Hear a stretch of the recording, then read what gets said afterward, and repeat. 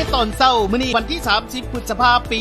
2025นี่ทางหอการกิจกรรมป่าไม้เมือง2คอนแขวงสวรรณเขตโดยร่วมกับทางองค์การพุทธศาสนาตำบลลาวเมือง2คอนและองค์การปกครองบ้านพร้อมด้วยเฒ่าแก่ในโฮมผู้ชุมนุมวันที่ตลอดฮอดพี่น้องพ่อแม่ประชาชนชาวบ้านนาทังเหตุอุบัติที่10สะแยกเมือง2คอนแขวงสวรรณเขตไม่ได้พร้อมเพียงสามัคคีจัดพิธีเปิดกิจกรรมปลูกต้นไม้อยู่ที่เนื้อที่วัดป่าบ้านนาทังเนื่องในโอกาสวันปลูกต้นไม้แห่งชาติวันที่1มิถุนายนเพื่อเป็นการจัดตั้งพันธุ์ขยายแผนการปลูกไม้และฟื้นฟูป่าให้บรรลุตามแผนการที่วางไว้โดยกิจกรรมครั้งนี้ก็ไม่ได้มีหลายๆภาคส่วนที่เข้าร่วมมีทั้งพระเทระนุเทระที่นำโดยญาติท่านปานสุพันโธ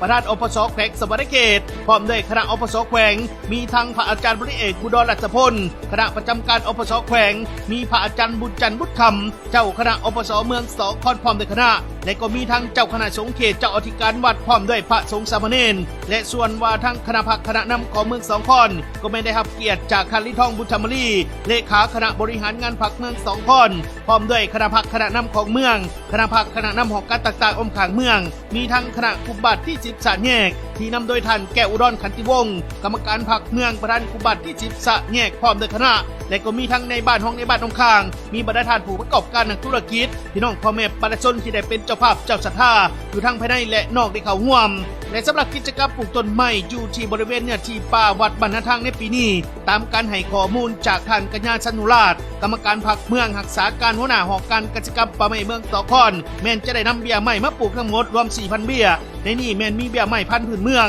มีไม้ดูไม้แตกค่าไม้ขยุงและไม้ย่างรวมถึงไม้ไหหมากและไม้ประดับอีกจำนวนหนึ่งซึ่งจะนำมาปลูกในพื้นที่5 เฮกตาร์พร้อมนี้ทางหอการกิจกรรมป่าไม้เมือง2คอนแม่นยังมีแผนจะสืบต่อในการจัดกิจกรรมปลูกต้นไม้และปล่อยป่าขึ้นสู่ธรรมชาติไปในแต่ละกลุ่มบ้านทุกอีกโดยภายในกิจกรรมปลูกต้นไม้อยู่ที่วัดป่าบรรณทังในปีนี้เห็นว่ามีบรรยากาศที่พดเพิ่นสังเกตเห็นได้มีมวลชนจากหลายภาคส่วนบ่ว่าจะเป็นทั้งภาครัฐภาคผู้ประกอบการไม่ได้เข้าร่วมเป็นจำนวนหลายโดยกิจกรรมในครั้งนี้จุดประสงค์ก็เพื่อในใจเป็นการฟื้นฟูป่าให้กลับคืนมาอุดมสมบูรณ์ขึ้นแต่ก่อนพร้อมทั้งเป็นการปลูกที่จำเริญให้กับเด็กน้อยวัยหนุ่มเยาวชนผู้จักปกปักรักษาและบำบัดต้นไม้สร้างความรู้และความเข้าใจต่อการอนุรักษ์สัตว์ป่ารับรู้และเข้าใจถึงการปกปักรักษาสิ่งแวดล้อมให้มีความอุดมสมบูรณ์ขึ้นกว่าเก่าพร้อมนี้ก็แม่นเป็นการสร้างกิจกรรมปลุกระดมเชิญชวนให้กับพี่น้องพ่อแม่ประชาชนบรรดาเผ่าชาวเมือง2คอนแขวงสวรรณเขตมีส่วนร่วมในการปกปักรักษาและฟื้นฟูป่าให้มีความอุดมสมบูรณ์อยู่คู่กับพี่น้องพ่อแม่